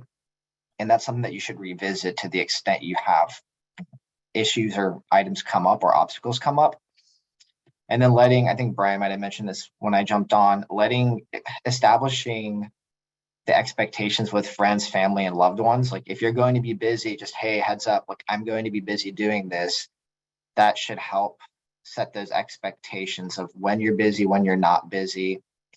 And then I would say focus on what matters for you and what works for you. So for me, I found out pretty quickly that the one-time speed of listening to Becker kind of droned on me. And so I bumped it up to listening at like 1.25 speed or 1.5 speed for some of the parts. That just worked for me better. And whenever I missed questions, if I did a quiz or something along those lines, I would only focus on the ones I missed, and I wouldn't even go back and usually do the quiz again. I would just write out like what the right answer is and why. It just helped me be quicker on that, since I trusted myself to get the right answer. If I got it right the first time, I'd get it right again, and really focusing on what I wasn't sure about. And I know the second half of my CPA studies, that helped me get through it a lot quicker and finish up on time. I guess Justin. Thanks, Phil. All good points. Yeah, I have to piggyback on what Josh said. I mean, really just, taking time during the week. Like, nobody wants to study. Like, after work, you're tired, say you're working an audit or tax, you're working a long day, you've got work papers you need to finish. Just stay after work. And when I say study and really do the deed, you have to want the license. Ultimately, you have to really want it to want to put in the time. And I mean, if you don't want it, it shows. Like, I mean, one of the partners at one of the firms that I initially started at, I mean, Steve Drenth would constantly say, we know who's studying and who's not, because you have to want it. If you don't put in the time, you don't get the reward. And I mean, the biggest thing too, that I can say that I see a lot of people, and just the society that we've grown up in today in the past 20 years, put the cell phone down while you're studying, free of distractions. I'm not kidding. Checking a text while you're studying is not useful studying time. Be engaged, treat it like a job, like Phil said, focus on the material, try to find the link with the profession that you're in. If you work in audit or tax, between the material being studied, how is this applicable to work? To try to see the bigger picture with questions. Just because you're doing questions, as Brian said, and you're getting the false sense of security that, oh, I didn't know that. It is true. You need to be able to see the concepts, because at the end of the day, all the test questions come down to the blueprints. Can you do these tasks? If any question was presented to you, that's exactly how Becker writes the material. But I mean, at the same time, I studied like 25, 30 hours a week. And, maybe not every night during the week, but on the weekend, I would at least give 8 hours or a few hours on Sunday to the material. But I mean, it's hard when you're working full time in 50-hour schedules. So my best advice is, if you work in public accounting, your first end of your busy season, try to pick it up in the summer and start the first exam that you can. But remember, course corrections happen. I passed my first test. I had to retake 2 sections. I was 1 point off by BEC because I got too confident in the fact that I passed 2 tests. And I thought, oh, these tests really aren't that hard. Which, I mean, in reality, they're challenging, but truth be told, questions like Becker, in my opinion, substituting with other test questions, just like multiple choice, just to get a different perspective on test questions, like, for example, like Ninja or Gleim, to see how those questions are written. And then go look at the AICPA practice test. As I mentioned in the chat earlier, when I took my first section and I did a practice test, one of the simulations on the AICPA's website was the exact same sim. They just changed the numbers. They're checking to make sure that you're using the materials available to you to study. And the thing is, it's like any test question. Professors may give you a particular multiple choice question and adapt it for the exam, but they want to see that you're actually doing your homework, paying attention, right? So, and I mean, don't get discouraged. Like, if you don't pass a test, don't give up. I failed 2 in a row by 1 point, and then other one I tried to cram far because it's far too much material. The test was changing, and I tried to do it in 4 weeks. After 12, I passed the test.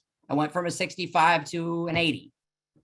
So don't get discouraged. Stay positive. You have to want the exam and treat it like a job. It's serious. There is no just blow through free pass. I mean, I'm an all-A student, so for me, I'm all about perfection and getting the highest score possible. But at the end of the day, nobody looks at your scores unless you just want to get the award for Elijah Watsell. The 300 club is fine to be in. Just pass the test. I mean, that's really all the AICPA cares about. So the 300 club is the 75 on each section, in case anybody's wondering.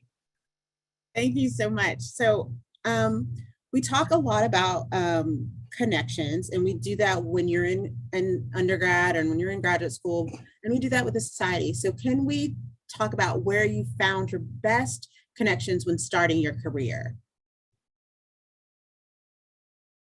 Do you want me to start? You can if you want, or anyone else can. Yeah, Josh had to do double last time, so I'll take it off.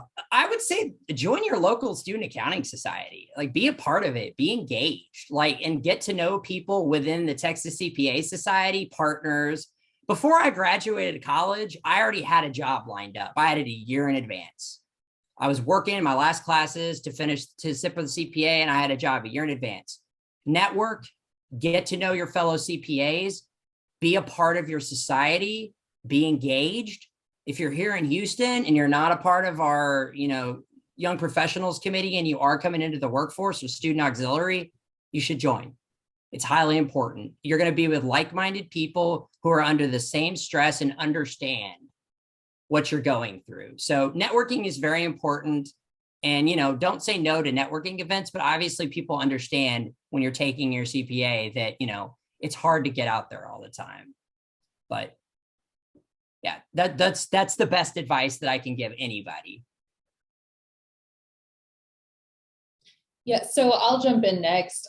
Just like Justin, I was part of Beta Alpha Psi, worked my way up to president, and that is one of the best ways to really get to know all of your local firms and make connections too with your fellow classmates who are also going into this profession. And so we would learn a lot just in the conversations with each other.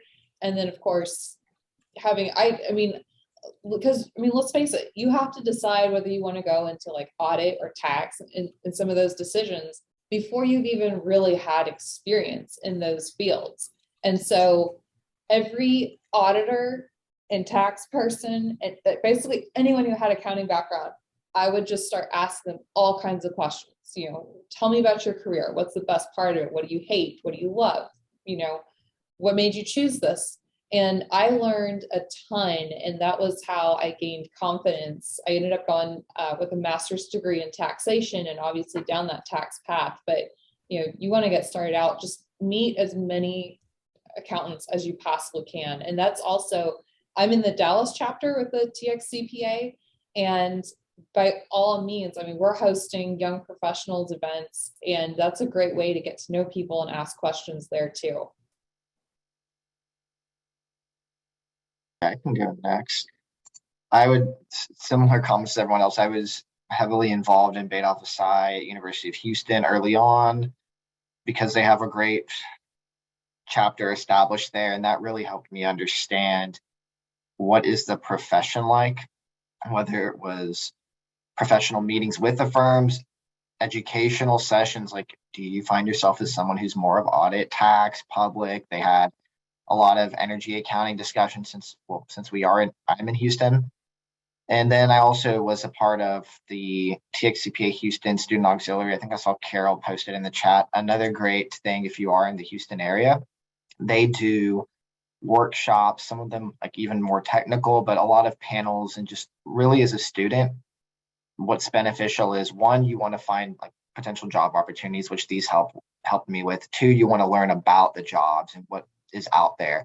And then three, making those connections as well with your peers, because in 5 or 10 years, your peers will be management, upper management, et cetera. Or maybe you want to find yourself in a different role. Now you have somebody who can refer you, et cetera. And that's how those helped me. I met a ton of friends and coworkers from those organizations. Yeah, good advice. I think for me, if I'm being completely honest, I didn't necessarily take advantage of all the different networking opportunities when I was on campus. And I wish I would have, because now, especially managing my own practice, networking is crucial to, one, developing and expanding my professional network just to be able to bounce things off of other people, but also in building the practice. So would definitely say to take advantage of those networking opportunities.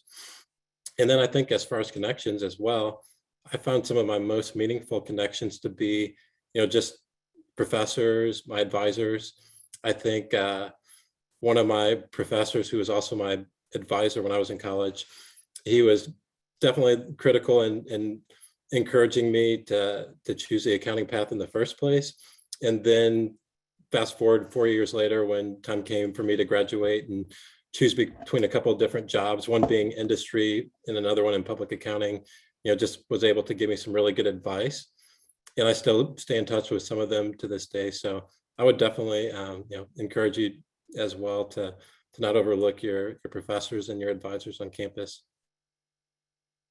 So that's a great transition to a question that we had in the chat about internships and mentorships. So someone asked, even if you have an internship at a particular company, does it look bad if you get a mentor that's at a different company or in a different type of accounting field? What are your thoughts on like mentorships and things like that? I'll go. So me personally, I definitely do not see that as being a negative at all. In fact, in my time, as a manager in my former firm, that was, we often had candidates that came to us that had experience in many different firms. And while I know that some firms might prefer, for whatever reason, to have individuals that haven't been exposed to too many different, methodologies or systems, I think for me, especially now as an employer, somebody that has experience, in different firms, maybe working in audit, tax, different services, different client industries, that has worked on different aspects of an audit engagement or different types of tax returns. I think that makes you so much more marketable. And that's definitely the type of person that I'm looking to, to join our team now. So I guess for me, I don't see that as a negative. I see that as a positive in a lot of ways, bringing different ideas to the table. Yeah, I'll jump in and say, I don't see that as a negative either. I'm a first generation CPA. I would say, get all the coaching you can get. And if someone's discouraging you from getting coaching, I would see that as a red flag. A same comment here. I mean, I feel like most people I talk with push for you to get mentors, and I definitely encourage that as well. I mean, I have mentors at my firm, and then I also have people outside of my company as well. So I would definitely push you to find a mentor and someone that you bond well with and you feel like you can have that open dialogue with.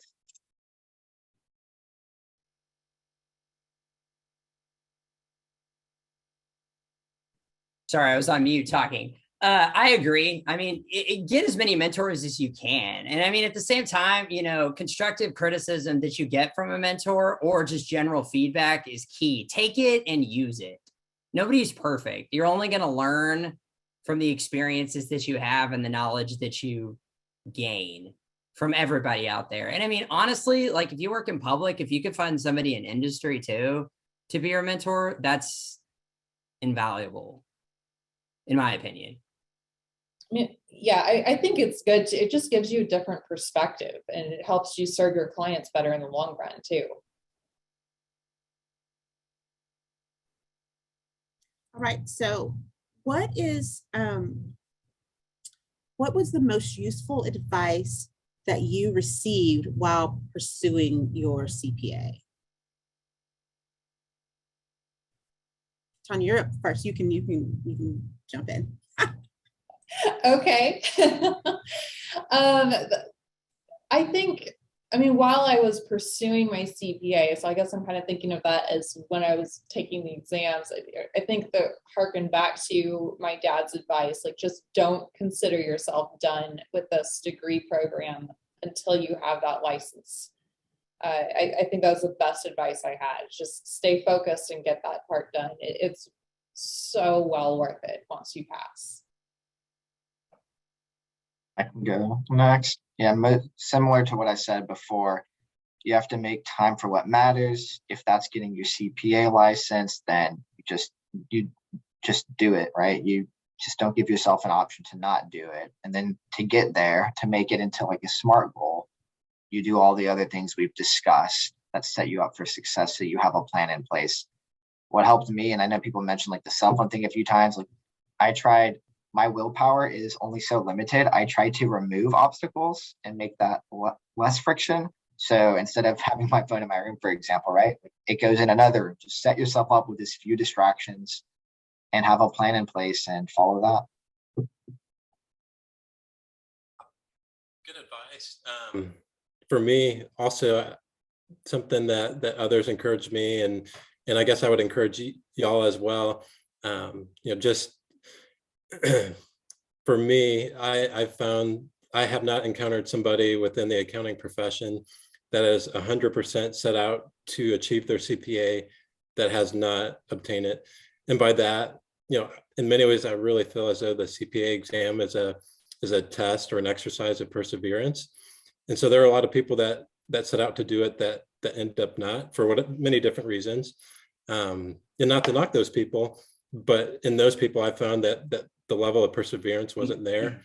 But I truly have not met somebody that has fully committed to obtaining their license that hasn't gotten it. And for example, one client of ours in the past is now a very successful CFO, and he told me his story. And I think he took the CPA exam a total of 24 times. Now, I hope none of you end up having to take it that many times, but there were some other factors at play for him, some learning and testing issues. So, he encouraged me to not give up and to continue on, even if you fail a few times or lose some credits, just not to give up if it's something that you truly are committed to.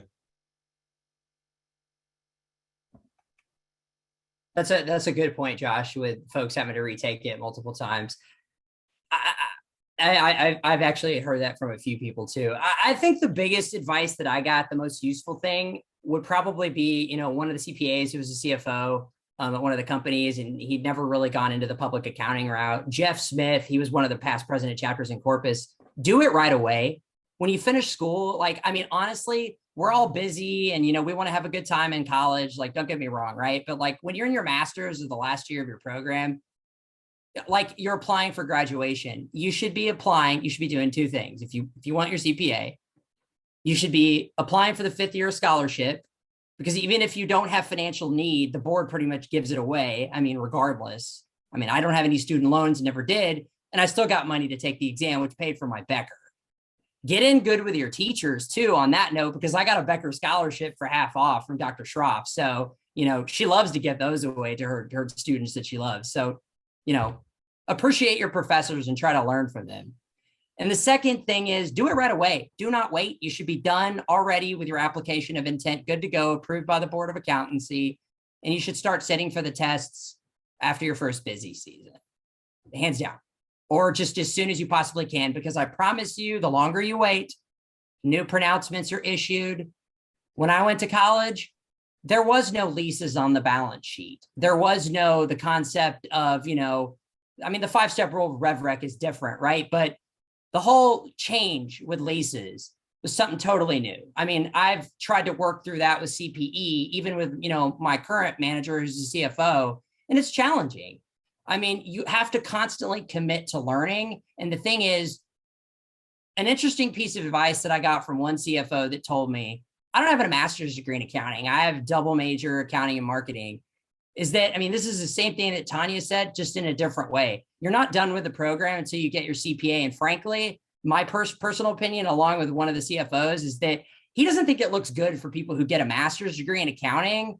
Why did you spend that much time in school when you can't pass the test? Like, it's not really a good thing. Like, I strive to challenge you to pass the CPA if you spent that much time, because I would have changed majors had I gone for a master's degree, but not been able to, because the real question you have to ask yourself is, what did you learn in school?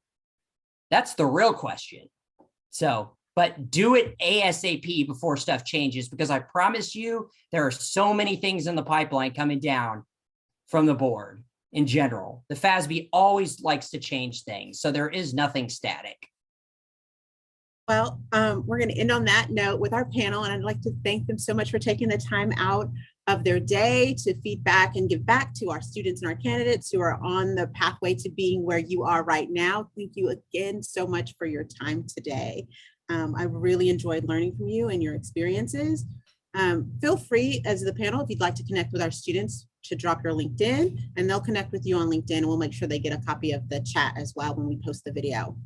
So our final speaker today is someone who works closely with me. His name is Stephen Blancas. He is one of our student ambassadors, and he's going to tell you a little bit about being a student member for the Texas CPA.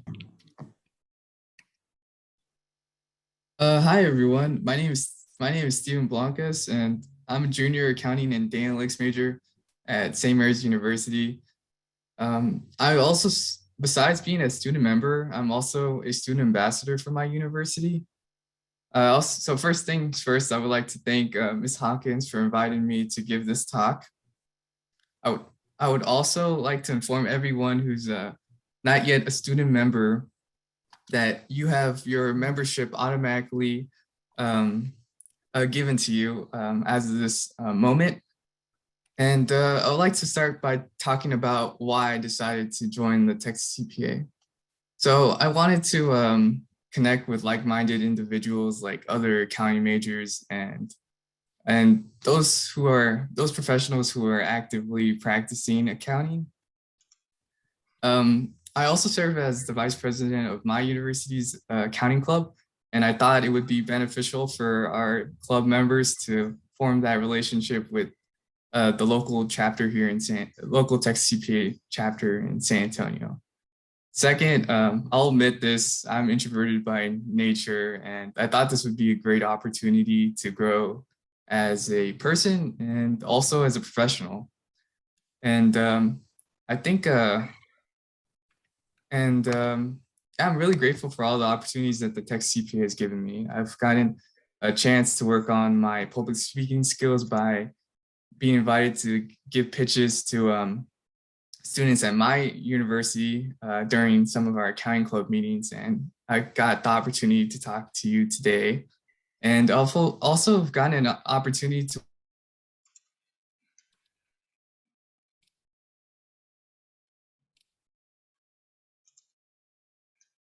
work on my soft skills, for example, skills. And let's see. Now let me share with you why it's important for you guys to get involved early on in your career with the Texas CPA. I guess the main benefit of joining the Texas CPA as a student member is the networking, and I encourage you guys to go check out any networking or service events your local chapter provides.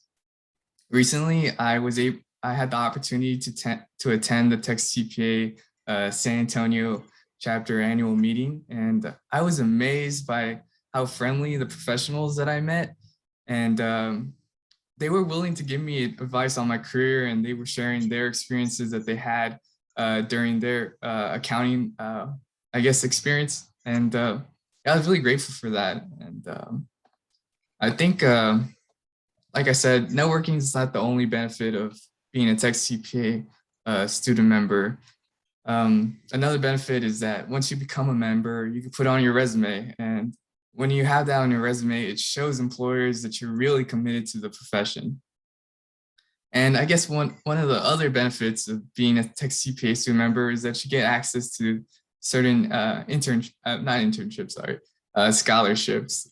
Like Alicia said before, there's scholarships that the Texas CPA provides, and then there's scholarships that the Texas CPA local chapter provides. So make sure to talk to your accounting professors about those opportunities.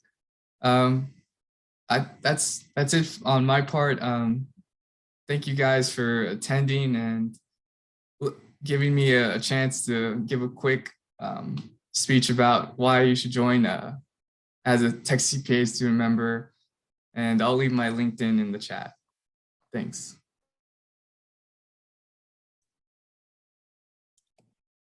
Well, we've come to the end of our presentation, and I want to say thank you all for sitting through the presentation.